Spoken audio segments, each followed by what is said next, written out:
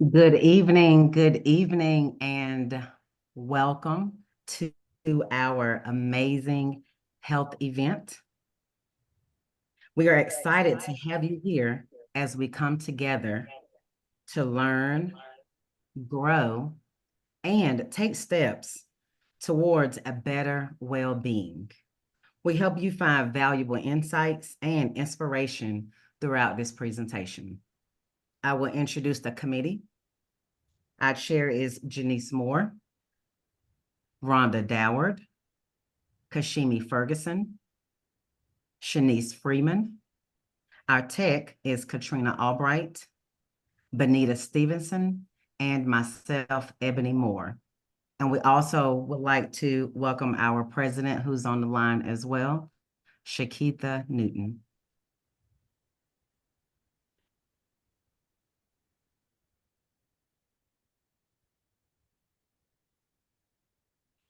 We'll also share our agenda for tonight, and it is listed. Go back one for me. We'll first have the purpose, and then, of course, the agenda. We have the icebreaker. Then I'll share a little bit of statistics before the speakers start. Our first speaker will be Ms. Anjanette Thompson. Then our second speaker will be June Thompson, who is a registered dietitian. Then we'll be followed by the resources, and then finally upcoming events.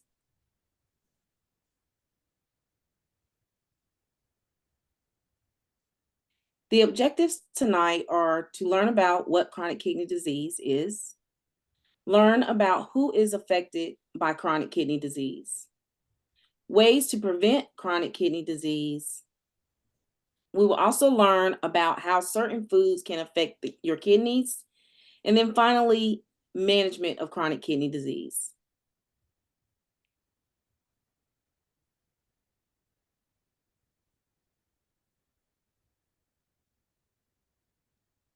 Hi, everyone. My name is Kashimi Ferguson, and I am a TikTok fanatic. Okay. I was one of those people that's like, oh, TikTok in my life. So I come across this guy playing the game where people are racing to find items in their house. So we are going to do that tonight. Okay. We're going to play this I Spy. So if you could, ladies, and I think I saw a gent on there on here somewhere, but if you could turn those cameras on. We're gonna get a little race and get some blood flowing with us right now. All right, so our first item, and whoever finds it, you got to come and show us in the camera. All right, and committee members, y'all see who gets it on here first. We ready? First thing, a water bottle. Go. Uh-oh, I think Misty. Was that Misty that got it? That's who y'all see? Let's see. I can't see it, Yes. but I Yes. saw my screen first. Misty. Go, Misty! Woo, woo, woo. All right, next thing. You ready? See who got this. Some ibuprofen or some Motrin.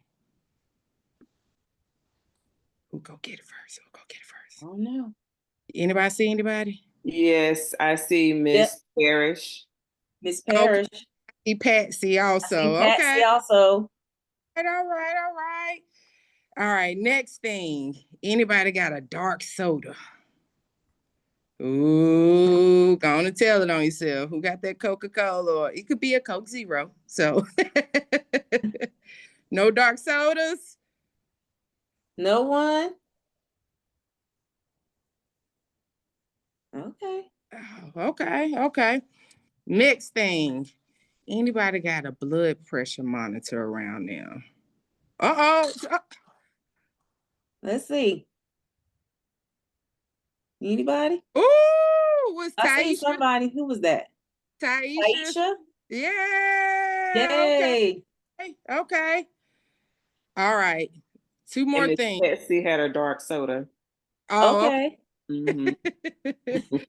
All right. Is that Next 2 out of thing. 4? Glucometer.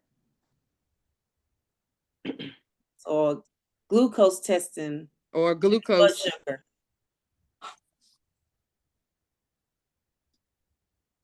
Anybody? No. I had the compact Lakeisha. one. Lakeisha Okay. Moore Looks has like the one. compact one.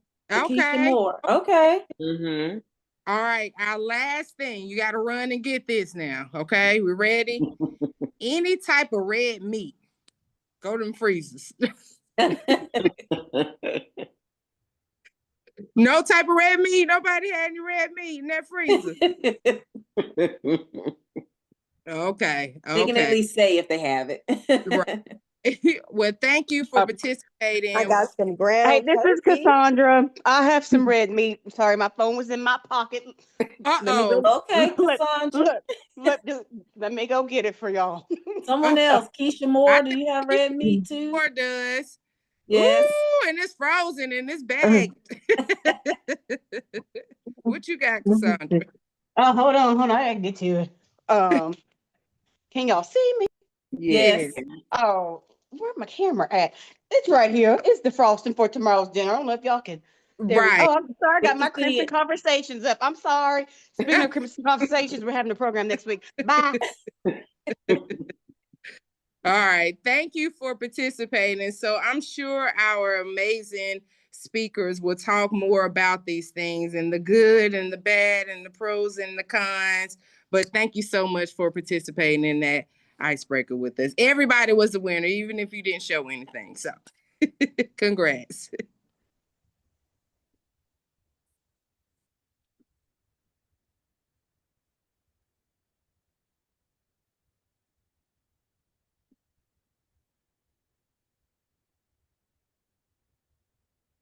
Okay, so it's me again, and I did not say my name earlier, but I am Janice Moore, and I actually work as a nurse practitioner in an internal medicine clinic.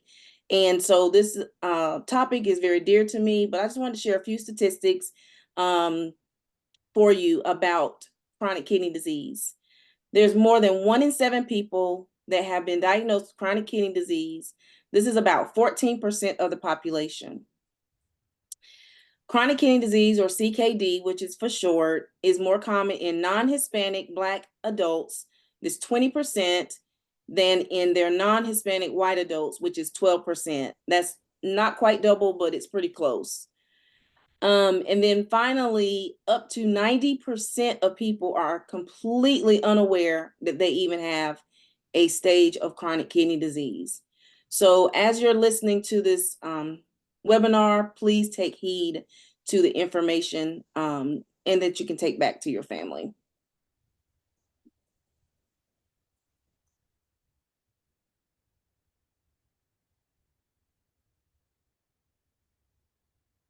Okay. I'm coming. Let me move my thing. Okay. I will be doing the introduction of Miss Anjanette Miles Thompson. She is a board certified family nurse practitioner at Bland Clinic that is located there in Greensboro. She matriculated from the North Carolina Agricultural and Technical State University, graduating with honors with a Bachelor of Science in Nursing. And Jeanette has over 15 years of nursing experience working in cardiology, nephrology, infectious disease, and public health. And Jeanette graduated with honors from Averett University in Danville, Virginia, with her master's degree in family nurse practitioner. And Jeanette is involved with the continuum of care of Bland Clinic patients and is also accepting new patients. And Jeanette is a member of American Nursing Association, the American Association of Nurse Practitioners, Greensboro Region Nurse Practitioners, and the founder of Leah's House, and a member of the Preventative, I'm sorry, I know I messed up that word, group LOTE, ladies of A&T. Anjanette loves to serve her community selfishly and with love.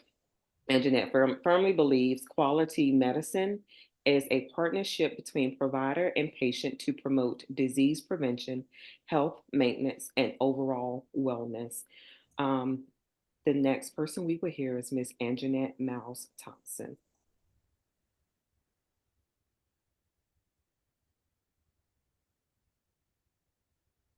Good evening, ladies. Thank you, the Delta Alumni Chapter, for inviting me tonight to speak on a subject that is also dear to my heart, chronic kidney disease. Before we get started with the slide, I'm going to read to you a case study. So that requires everyone to take a little notes because we'll have questions at the end about this particular case study. So we have a 65-year-old African-American male comes in for a follow-up appointment of his labs after his initial visit. His labs were reviewed where he had a total cholesterol of 270, HDL of 30, triglycerides of 300, LDL of 280, GFR of 20, protein in his urine, glucose was at 220, A1C of 9.0. His social history includes a 1 pack per day smoker, time 40 years. He reports drinking 1 40-ounce beer nightly. His blood pressures on in visit is 170 over 102. His weight is 276. His BMI is 37. On previous visit, patient was started on olmesartan hydrochlorothiazide 40/25, atorvastatin 40 milligrams, metformin 500 twice a day. And so at the end, we'll have a few questions as to how we're going to treat this patient. So thank you for helping me treat this patient. Next slide. Chronic kidney disease is a significant health issue in the African American community. African Americans are at a higher risk of developing chronic kidney disease compared to other ethnic groups.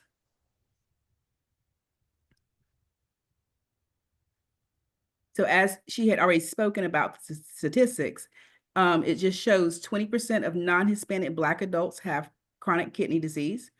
14% of non-Hispanic Asian adults are affected by chronic kidney disease, where 12% of non-Hispanic white adults experience chronic kidney disease, and 14% of Hispanics adults have chronic kidney disease.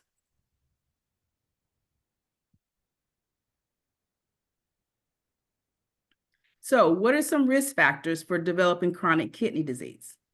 So the increased risk for African Americans is due to several factors, including higher rates of diabetes, hypertension, which are the top 2 leading causes of chronic kidney disease. Additionally, there are genetic factors, social economic status, and access to healthcare also play a role in the prevalence of chronic kidney disease in this community. So we see also diabetes and high blood pressure being 2 risk factors, heart disease, obesity, family history, age greater than 60, and smoker.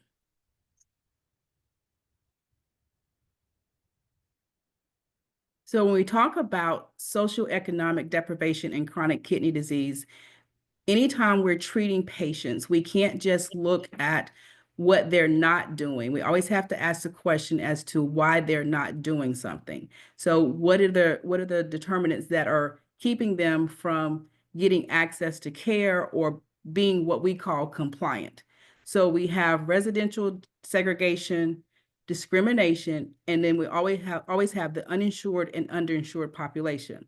So in residential segregation, we're looking at educational systems, poor housing, increased environmental toxins, infectious disease exposures, chronic inflammation. We're finding more and more now that you're starting to look at more environmental factors as to why a lot of people are having certain diseases. When it comes to discrimination, we look at a huge part of the African Americans are dealing with undiagnosed depression, chronic stress, maladaptive health behaviors such as alcohol, substance abuse, smoking, inactivity, and overeating. Then we have the population of uninsured and underinsured population where they have limited healthcare access and utilization.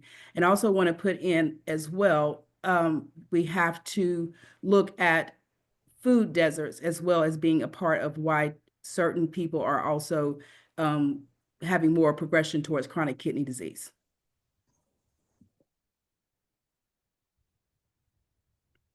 So we can't talk about the kidneys unless we know what the function of the kidney is. What does the kidney actually do? So the kidney actually regulates ions in the blood. So that's the movement of sodium and potassium, calcium, phosphate, also in and out of the bloodstream, excuse me. Regulation of blood volume, it adjusts the volume of the blood or eliminates it in the urine. It regulates the blood pH by excreting a variable amount of hydrogen in the urine, and then it conserves the bicarb. It produces hormones like calcitriol, calcium basically in the bloodstream, or erythropoietin, which is the production of red blood cells. A lot of times you'll see chronic kidney disease patients that are anemic. It also excretes or gets rid of waste, ammonia, creatinine, and then certain drugs that are nephrotoxic as well. It's supposed to, if you have a proper working kidney, it excretes the drugs as well.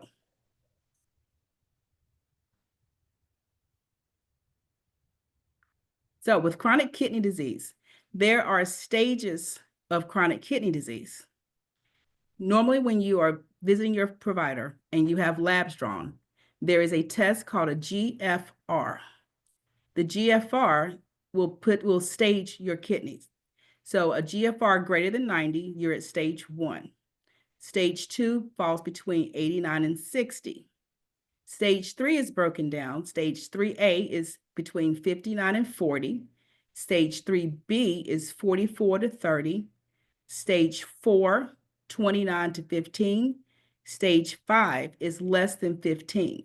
There are actually 6 stages because stage 6 puts you at end-stage renal disease. So that's anything less than the 15.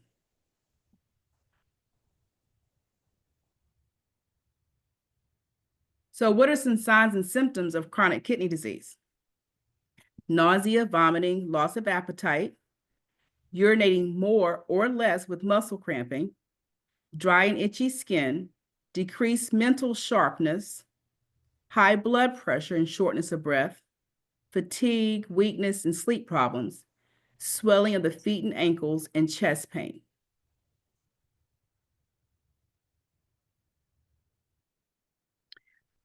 So when being screened for chronic kidney disease, these are the things that you're looking to see if your provider is ordering for you to diagnose chronic kidney disease. The urine test for albumin, a blood test for the creatinine, as well as the GFR, as we discussed earlier. The chronic kidney disease patients will have one or more of the following. They'll have either a urine albumin creatinine ratio greater than 300. You can have chronic kidney disease of an unknown etiology, so you don't know where it came from, if it was drug related, whether legal or illegal. A 25% drop in the GFR in less than 4 months. Persistent high potassium levels, persistent unexplained blood in the urine, refractory hypertension, which normally means like we can't get the blood pressure controlled, recurrent or extensive nephrolysis, and also genetics also will play a part in it as well. And a lot of times in the African American community, we do not test for genetics for our kidney disease. So that will come up a little bit later.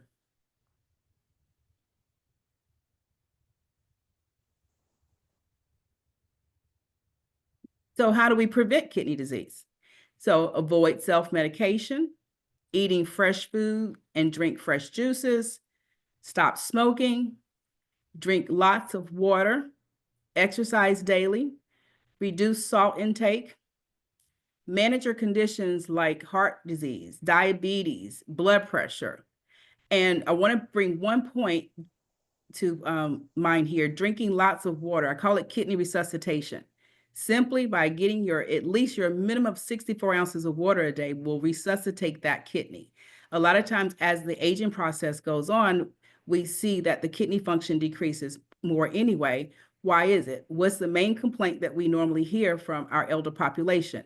They're tired of going back and forth to the bathroom, so they don't drink a lot of water. So they'll drink a 16-ounce bottle of water for the whole day and wonder why they feel so bad.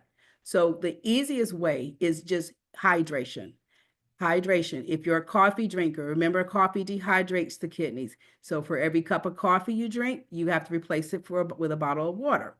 Also, certain drugs will cause kidney disease as well. So we have to make sure we're monitoring those drugs as well to make sure that, that you and your provider are looking at your labs on a regular basis. Please do not be afraid to question labs, question medications. If you have a question about it or want to know more about how this is going to affect your body in the long term.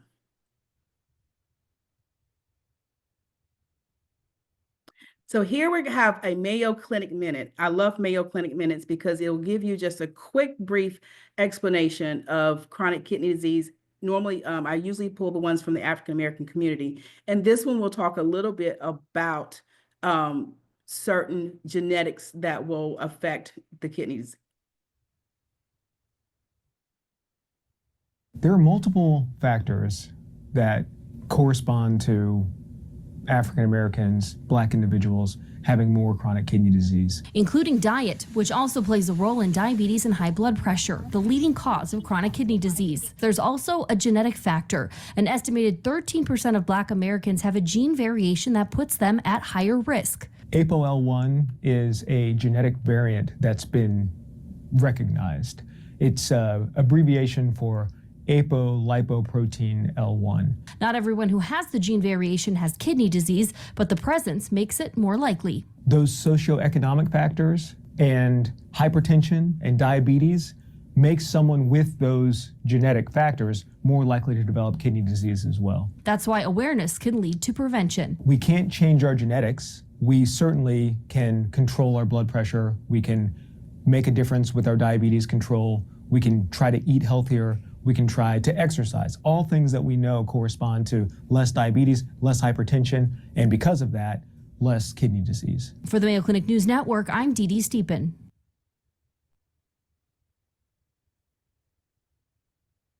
So please consider talking to your provider about genetic testing, not just for the ones who get it done. The most important part is, but for any disease, cancers, heart disease. Please discuss with your provider about getting genetic testing done, especially if you know your family history. Now, I'm just going to do a brief session here on nutrition and kidney disease because we do have a wonderful dietitian who's going to go in more detail about that. But some key points too in reducing your chances of developing chronic kidney disease, reducing your sodium intake. Read those labels. Make sure that you're not having too much sodium. Consuming less salt helps control the blood pressure, which reduces the fluid buildup in the body. So your goal is to have less than 2,300 milligrams of sodium per day. Reading labels is important.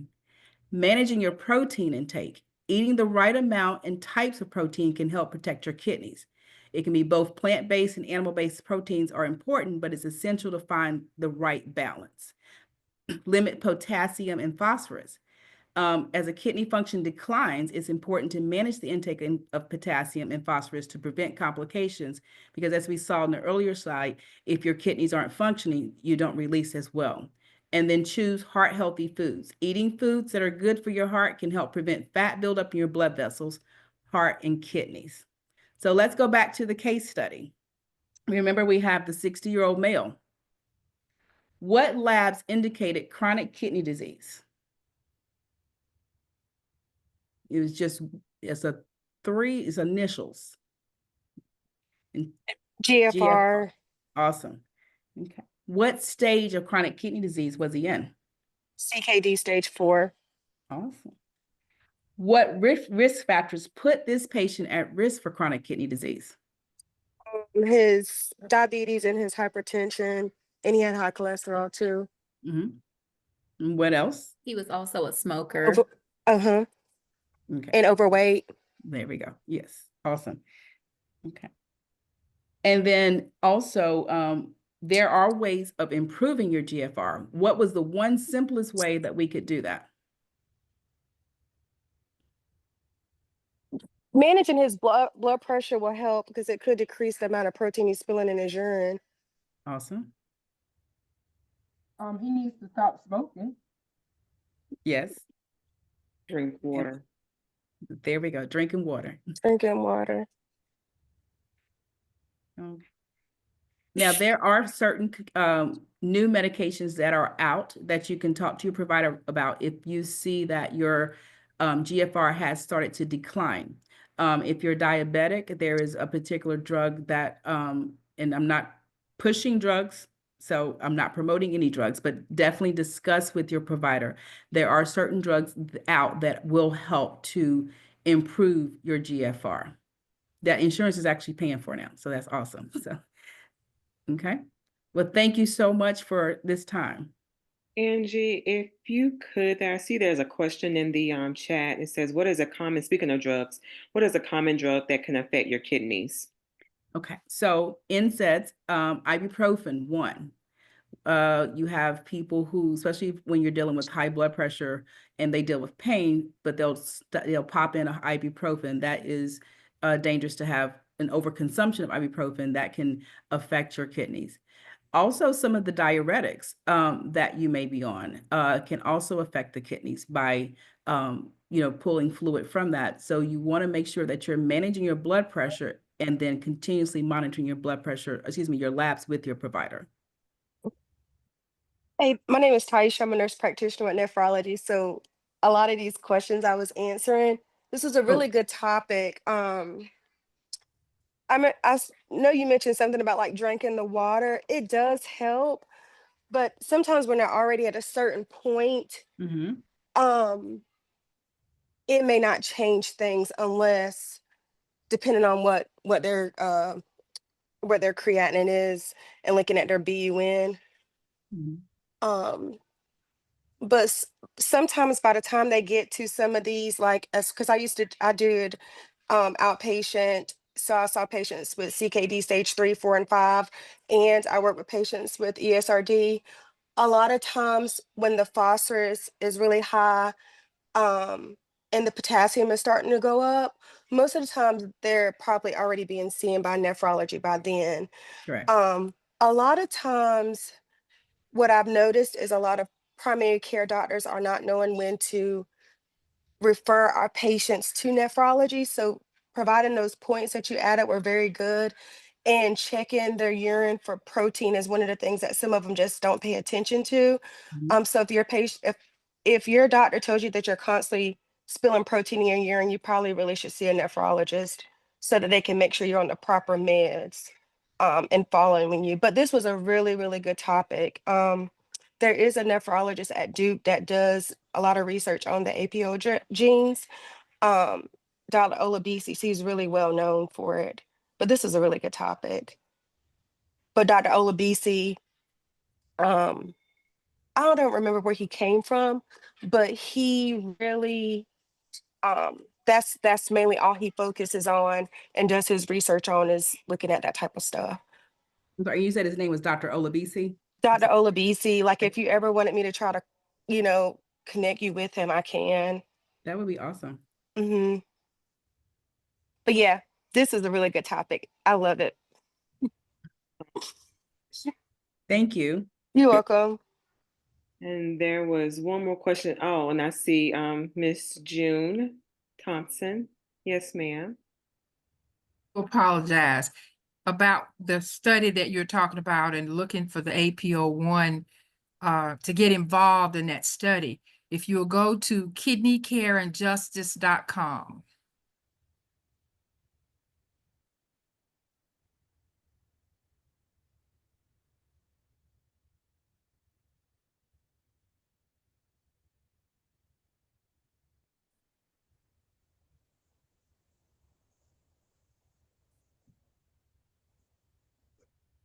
Miss June, this is Janice. I just wanted to make sure, because I'm going to put it in the chat. Did you say kidneycareandjustice.com? That is correct. Thank you. Thank you. And Anjanette, I think there was one more question for you. It says, what do you mean by nephrotoxic? So there are certain drugs that are not good for the kidneys. Without naming certain, like these are things that I would just suggest you ask your provider without me sitting there naming certain drugs. That would be one question about, that you would have with your provider. How does this medication respond to my kidneys or act on my kidneys?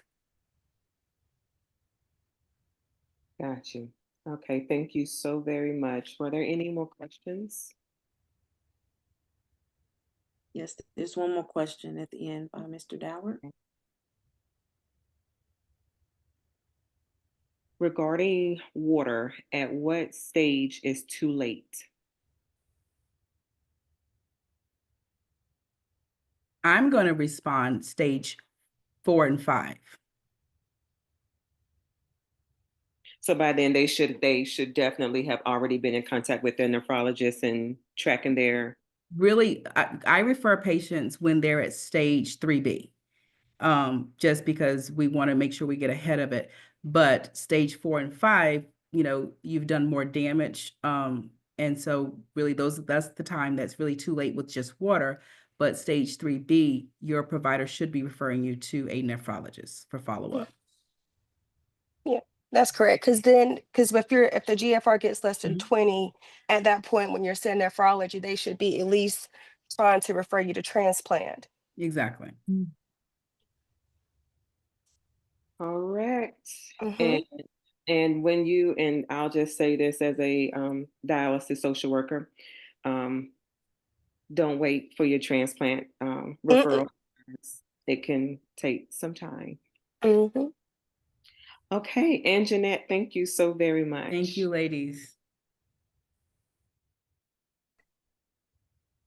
All right, so I'm going to introduce June M. Thompson, MS, RDN, FAND, FNKF, has worked as a registered dietitian for over 35 years, primarily as a retinal dietitian, also consulting with a group that provides services to adults with intellectual disabilities, and is an adjunct professor and interim program director at one of the local universities. June is a proud alumna of North Carolina A&T State University, having attained her BS in home economics and specialty in clinical nutrition in 1979, and her MS in food and nutrition in 1984, respectively. Ms. Thompson has received several awards, including National Kidney Foundation, Council of Retinal Dietitian Recognized Retinal Dietitian Award in March 2024. Yam, You Are Amazing Award in October 2020 and was voted Dietitian of the Year in 1996 by the National Kidney Foundation. In her personal life, she's married to Tony L. Thompson of 42 years.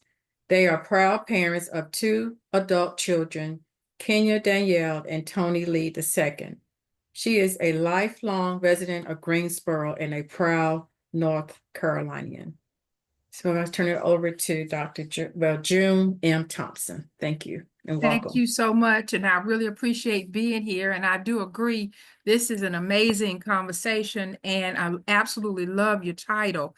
And I do want to mention there was one other question or statement in the chat about too much calcium causing chronic kidney disease. That's not quite accurate. What happens is, and it was referring to the parathyroid, in your neck, near your vocal cords, we have on our thyroids a parathyroid gland. And what happens is as your kidney function decreases and we elevate that phosphorus level. Phosphorus is like an unruly 3-year-old and a 2-year-old. And when they kind of make up their mind, they want something, they will not take that. The only thing they know to say is no.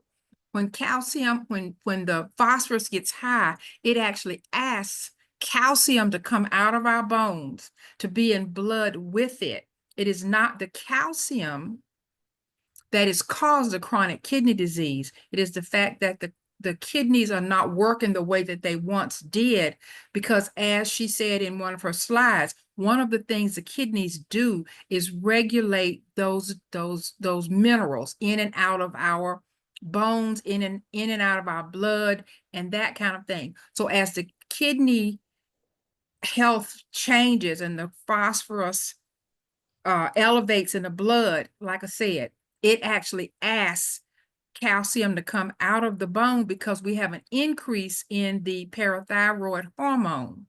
And that's because the kidney is not in place to control all of that. That's not what caused the kidneys to function. She did a beautiful job talking about the things that contribute to the kidneys that function.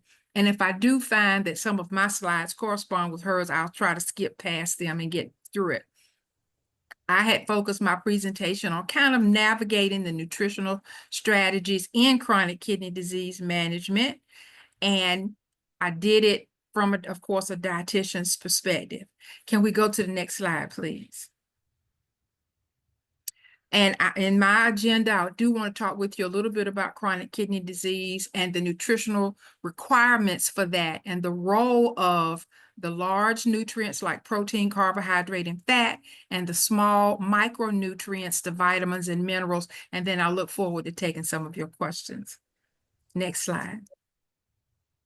Next slide. Go ahead to the next slide. Because like I said, some of these, she did a beautiful job going over. Now, as she said, some of the main causes of chronic kidney disease are diabetes, high blood pressure, heart disease. There can be a family history of it. Some of those related conditions are kidney stones, simple kidney cysts, pyelonephritis, which is a kidney infection.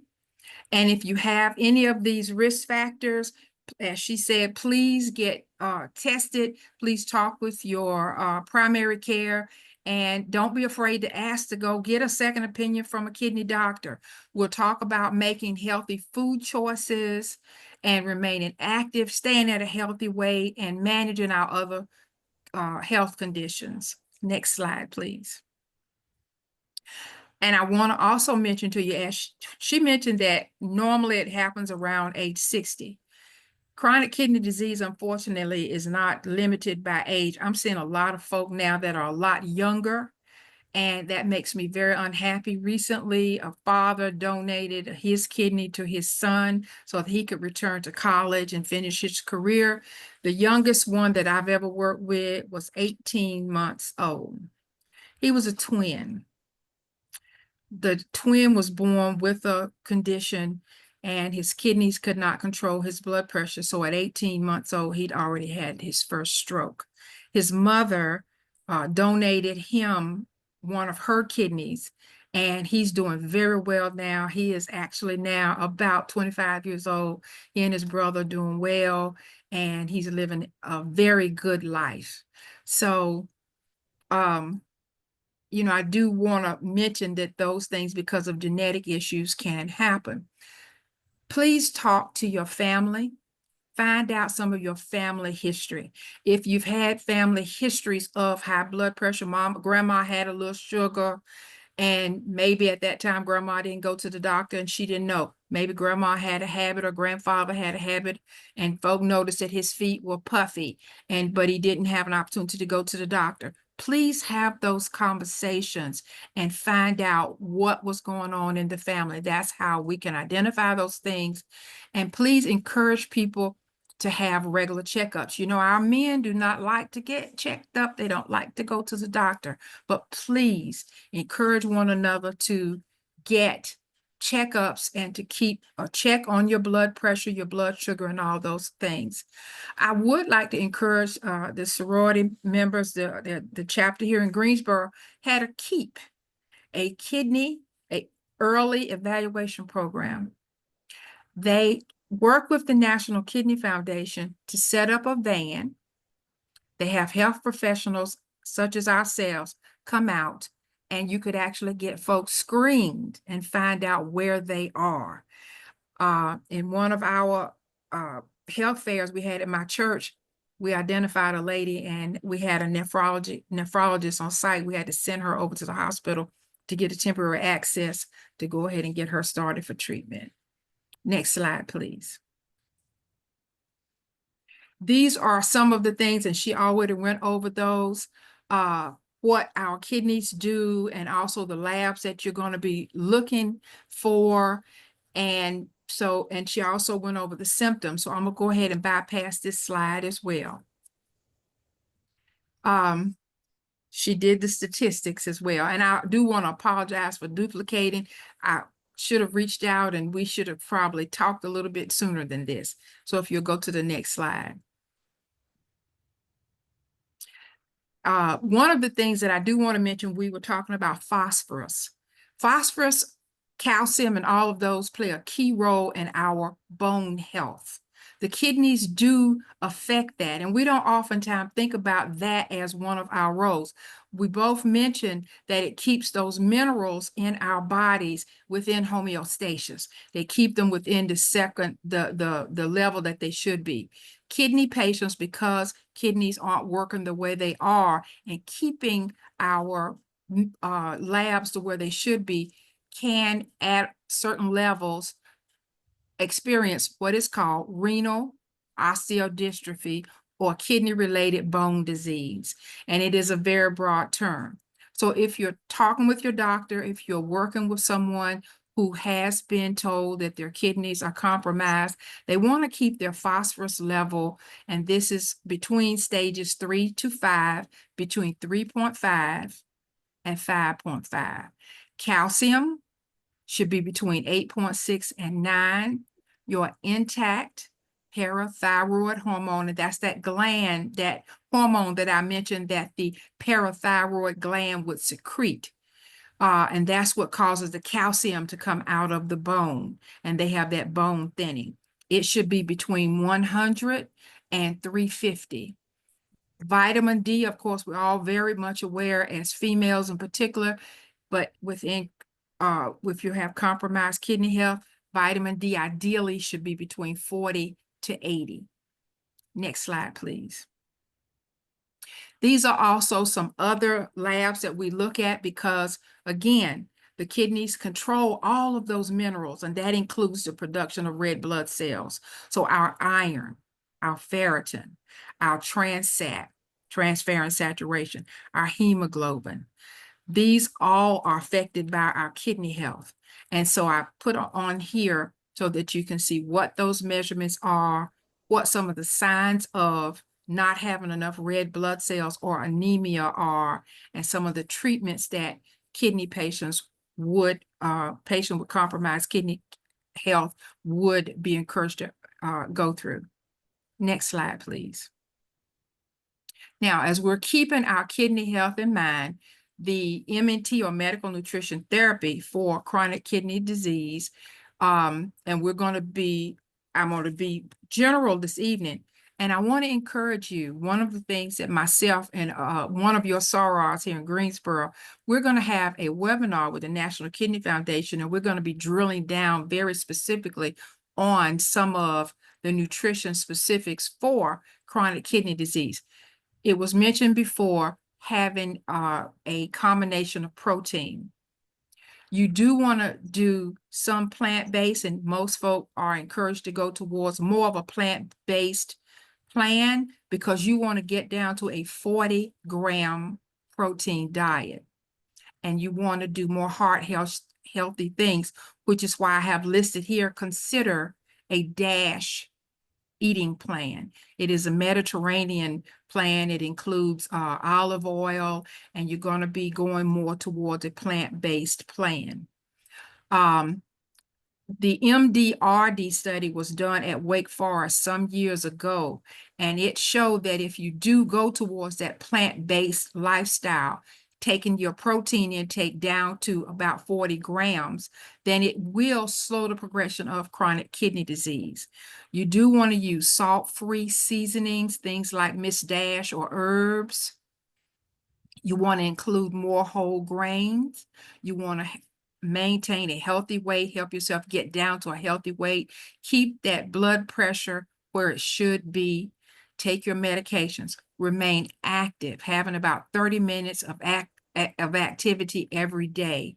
And you definitely want to try to rest as your kidneys health changes. Sometimes that is difficult because of the impurities that are building up in your blood.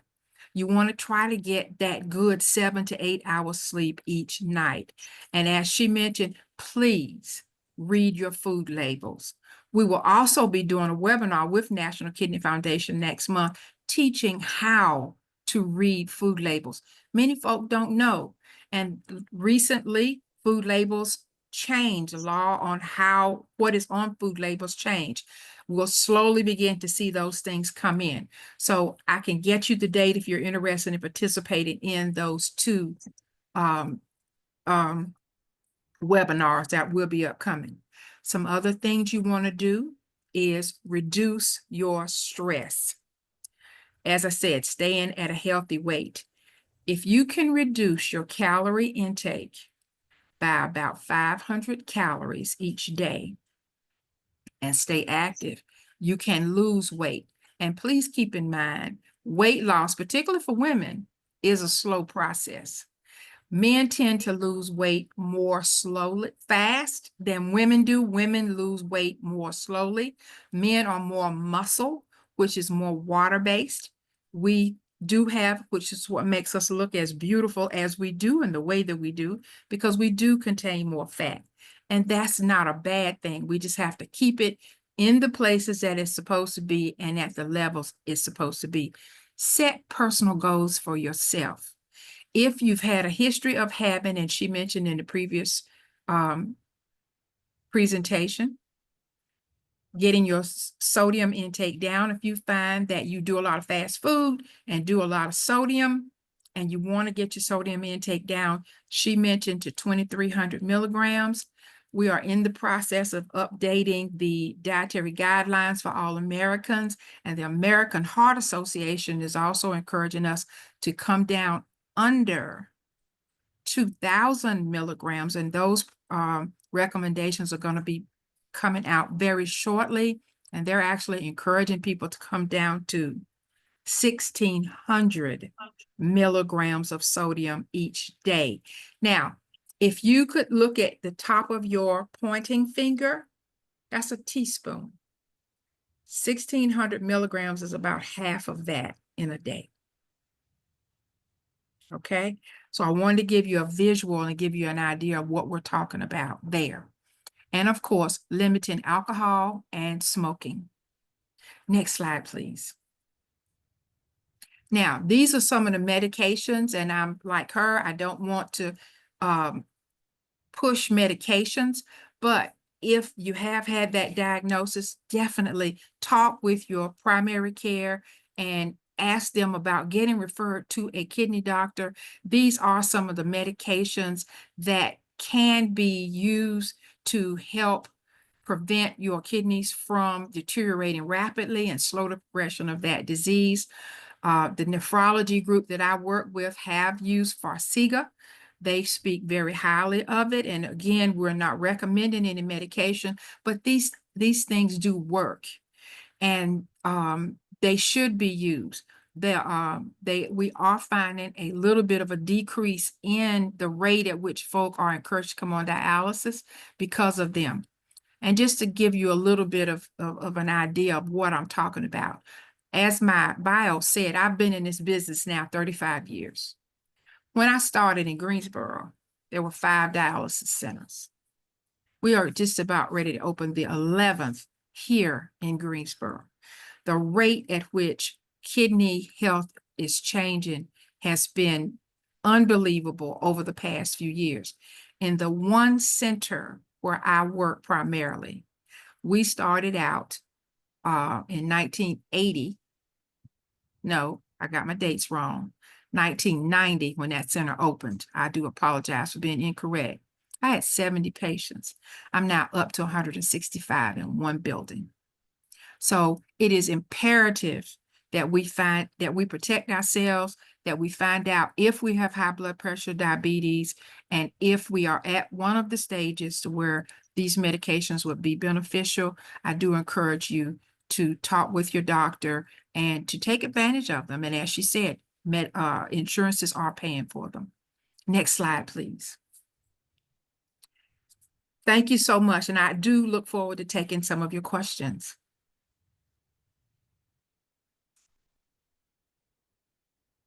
Okay, thank you so much, Jim Thompson. But it is a question in the chat that says, what if you have your thyroid removed? How does that affect the kidney? The thyroid, of course, is like a gland in the body. It controls a little bit of everything. There are medications that you can take to help you with what the thyroid would have done. Stay on your medication and do what your doctor has done. Control your blood pressure. Control your blood sugar if that's what you have. Have your labs taken regular and make sure those labs stay within suggested range.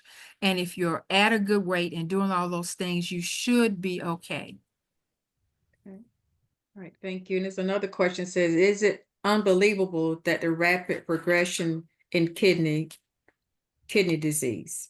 I never would have thought when I started in 1989 that it would be where it is. And the nephrologist, Dr. Ronald Garver, that brought the first kidney machine here, the first dialysis machine here in about 1975, 1976. Before he retired, he said he never believed that it would have done what it has done. So yes, it has been, and it is very sad, of course, that it is primarily in the communities of folk that have been underserved. Yeah, I agree. Because I started nephrology in 2017. And when I first started, the volume was not as bad. But then over the last couple of years, it just seems like so many more people are requiring dialysis and are coming through the ED as new starts or urgent starts. And are you It's finding them like, younger, as I said? oh, absolutely. Age does not discriminate at all. But most of the people I work with are um adults. I don't work with any kids, but I mean it doesn't discriminate. I'm seeing 18-year-olds and up. Um, Because they and had high it's blood pressure and weren't aware that they had high blood pressure. mhm. And then some of them have sickle cell and lupus. Yes. That's another thing that has been driving some of these things too. We get a lot of our young people who, they're young, they're still trying to live their life. They're not really managing their conditions because they don't want to take the medications. And all it does is just make their kidney disease worse. And another thing, if you are diabetic or you have family members that are diabetic, just stress the importance that, trying to get that A1C down um, is so important because if you have diabetes and hypertension, it really increases like the speed of your kidney disease. It just speeds it up even faster. So just try to make sure you manage those things. But it is a little depressing and sad to see that it's mainly us that are dealing with this. Yeah. And one other thing I want to mention, and there's probably no men up here, but a lot of times if you have men in your family who have high blood pressure, a lot of them don't like to take some of the medications because it causes ED. And with it causing ED, they like, oh, I don't want it to mess up my manhood. I don't want it to mess up what I got going on in my home, not looking at the overall picture. Like if you don't take these meds, all it's doing is going to cause you to end up on dialysis. So just, telling them these things will sort of help or trying Yeah, other medications that may help. we should always let our gentlemen know Mm-hmm. that we love them for more than one reason. Mm-hmm. Mm-hmm. And we need them to be here for more Mm-hmm. than one reason. That those are not the things that make them be a man. Caring Right. for themselves and being there to care for and love us is what's important. Yes, I agree. Yes. And I have one other question. Can one of you speak on what happens if you are on dialysis, like if it's how many days you should go and how long? It's going to depend on the type that you're doing. We often encourage patients to do dialysis themselves within their home. There are different types that you can do in it. If you're doing peritoneal dialysis, you're going to do it every day, multiple times a day, so that your body is still functioning normally, using its own system and using its own peritoneum within itself. It's a filter within itself. So you're going to be functioning more normally. You can do it at night and you do it every night with a machine. If you do come into a center, Then you're going to do it 3 times a week. The average time you run is about 4 hours. I have a few small frame folk that are there less than 4 hours, 3 hours and a half. I do have some other people that are there that are bigger, that are there 4 hours or sometimes a little bit longer, and they're there 3 days a week. So it would just depend. We look at your labs to see how well your blood is being cleaned, and that's how long you run is dictated. Okay, thank you. And I have one other question. How much protein did you state is a daily recommended amount? If you're trying to sustain or not have your kidneys to continue to deteriorate, you're looking at 40 grams of protein per day. That's about 4 ounces, less than 5 ounces every day, if you have compromised kidney function. For a normal person, they should be taking 0.8 grams per kilogram of healthy weight, which is a lot less than the average American takes in. Is there any other question? Did I miss anything? Let's see. Okay, for patients with CKD and other commodities, how are medication adjusted to prevent kidney damage? That's going to be up to your doctor, because if your blood pressure is super high and they're having trouble controlling it, they're going to work very hard to control that blood pressure. And that's going to depend on what med you're on and what you're doing, your lifestyle, all those kind of things. So your doctor has got to control or regulate your medications. Unfortunately, medications do at times compromise other accessory organs, not just the kidneys. So that's why it's so imperative to get these things found out early and to control your blood pressure, work with your doctor early and try to keep it under control. And I want to go back just a minute. In her case study, she mentioned, and we're talking about controlling all of these numbers. When she mentioned in her case study, that patient had an A1C, hemoglobin A1C, that's the average of your blood sugar over 90 days. He had a 9 A1C. Now, normally we're accustomed to hearing blood sugar, and we're not talking about a single digit number or a little double digit number. We're normally talking about 90 to 110. But I want to give you guys an idea. A 9 A1C means that person is averaging about a 214 blood sugar every day.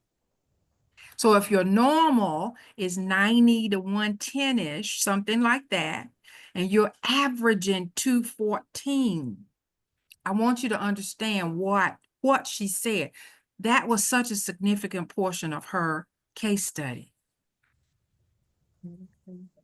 Okay, well, thank you so much, June. Thank you so much for that presentation. I'm gonna turn it back over to Sarah Janice Moore. Thank you, ladies. Thank you so much. That was amazing and very informative information. We do want to provide you with a few resources. And we have the Kidney Foundation, and their link is right beside it. The Office of Disease Prevention and Health Promotion. On that site, it does help you to find out ways to prevent chronic kidney disease. And you can also find other things there for other chronic health problems. And that's through the Office of Disease Prevention and Health Promotion. And then, of course, the Center for Disease Control, they always have information, and that's through the government to help you with learning more information about chronic kidney disease and how to manage it, and sometimes what questions to ask your provider. Once again, as we said, it's more for educational purposes. So just make sure to talk with your provider about any specific questions that you may have or that you learned about today here with these young ladies. And next slide. Oh, I'm sorry, to go back briefly. The green ribbon is one of the colors for chronic kidney disease or chronic kidney awareness. So we wanted to let you know why we have the green ribbon there. So if you want to support anyone with chronic kidney disease, green ribbon is what you would want to wear. All right, next one. And we will be ending after that. So the Burlington Alumni Chapter of Delta Sigma Theta Sorority, we would like to invite you to our upcoming events. Our next event is Crimson Conversations, and it's teen dating violence when love hits different. And I think that's on maybe February the 8th or February the 4th. You can go to our site to look up this information and register. We also have the Black Business Expo that's on February the 8th. That's on a Saturday. We have a read-in that will be on February the 15th. That's at 3 p.m. And then we are collecting art supplies throughout the city and the county. And those areas are listed. And the areas are listed as well as what we are needing or wanting. But for more information, you can go to our website that's below, dstburlingtonalumni.com, for more information. And we would like to thank you once again for attending our presentation, and look forward to seeing you again. Thank you so much.